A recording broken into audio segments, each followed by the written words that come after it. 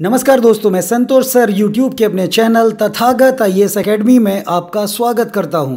दोस्तों, आज का हमारा टॉपिक मलिक मोहम्मद जायसी पर आधारित है। मलिक मोहम्मद जायसी ने पद्मावत नामक एक ग्रंथ लिखा था जो मध्यकालीन सामाजिक और संस्कृति तथा रीति रिवाजों पर आधारित है। तो अपना वीडियो शुरू करते हैं।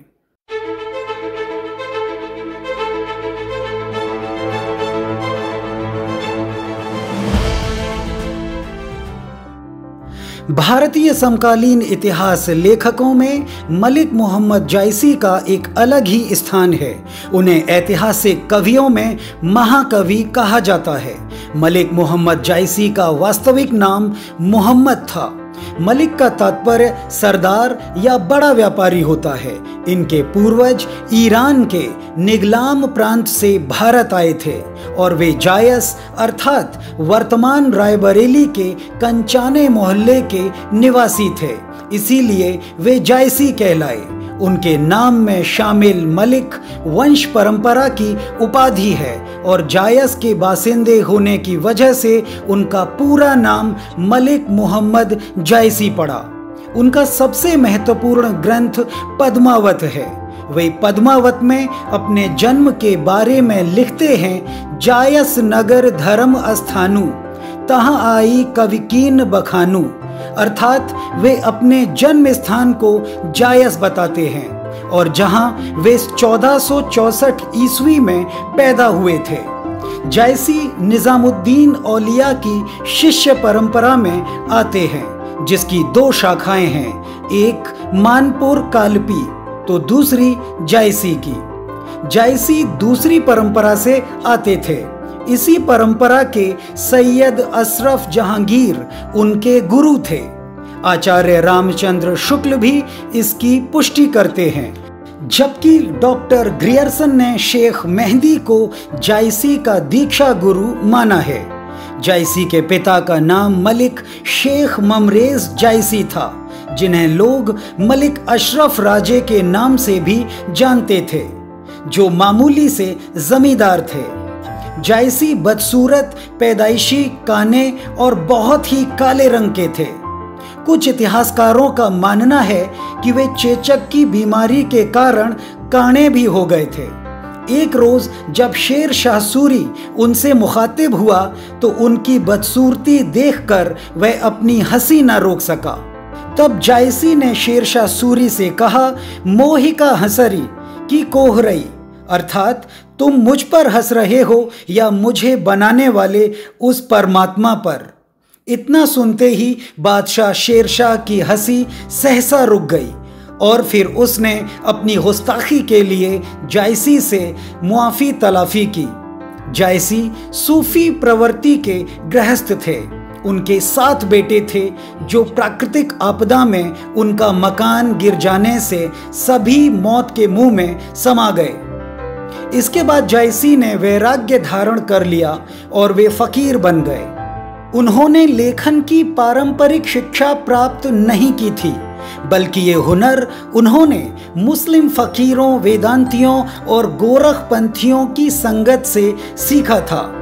काजी नसरुद्दीन हुसैन जायसी के मुताबिक 80 वर्ष की उम्र में 1542 ईस्वी में एक बहेलिये की गोली से जंगल में जायसी की मृत्यु हो गई थी।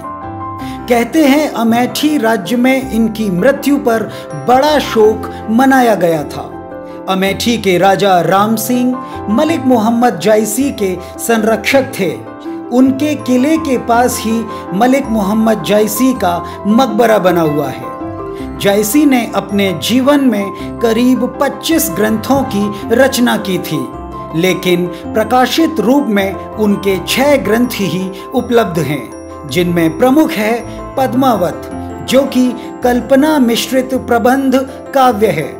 इसकी रचना जायसी ने अवधी भाषा में मसनवी शैली में की थी, जिसमें हीरामन तोते के जरिए रानी पद्मिनी के किस्से को बयां किया गया है।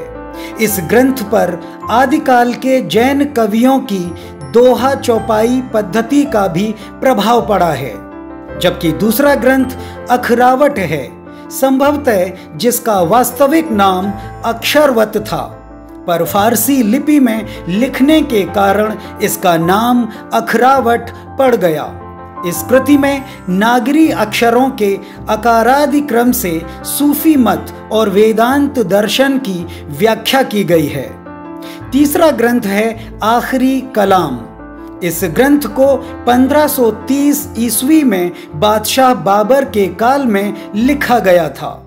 इसमें कयामत के दिन का वर्णन है और बताया गया है कि कैसे नापाक और पाक रूहों को खुदा के सामने पेश किया जाएगा और उनकी किस्मत का फैसला किया जाएगा। जबकि चौथा ग्रंथ चित्ररेखा है। यह अवधी भाषा में मसनवी शैली में लिखा गया है। डॉक्टर शिव सहाय पाठक बताते हैं, कहानीपन के दृष्टिकोण से यह एक सशक्त रचना है जिसमें प्रकृति के हर रूप, अवस्था और सौंदर्य का वर्णन है। पांचवा ग्रंथ कहरार नामा है। इस ग्रंथ को महरी जायसी भी कहा जाता है। इसमें कहारों के वैवाहिक वातावरण तथा मोह माया, त्याग और संसार की असारता का चित्रण है। छठवां ग्रंथ मसला नामा है, जो कि एक लघु कृति है जिसमें दोहा चौपाई शैली में मसला कहे गए हैं, जो कि लोक अनुभव पर आधारित हैं। जैसे जोही घर सासु तरुनिया बहुवन कौन सिंगार, अर्थात जिस घर में सास नंदें होती हैं उस घर की बहुओं को श्रृंगार के लिए समय ही नहीं मिल पाता है। सूफी प्रेमाख्यानक लिखने वालों में मलिक मोहम्मद जायसी का स्थान सर्वोच्च है। ऐसी ही रोचक जानकारियों के लिए आप हमसे जुड़े रहें और हमारे चैनल को सब्सक्राइब कर लें। तो आज की वीडियो में सिर्फ इतना ही। मिलते हैं फिर किसी नए टॉपिक के साथ।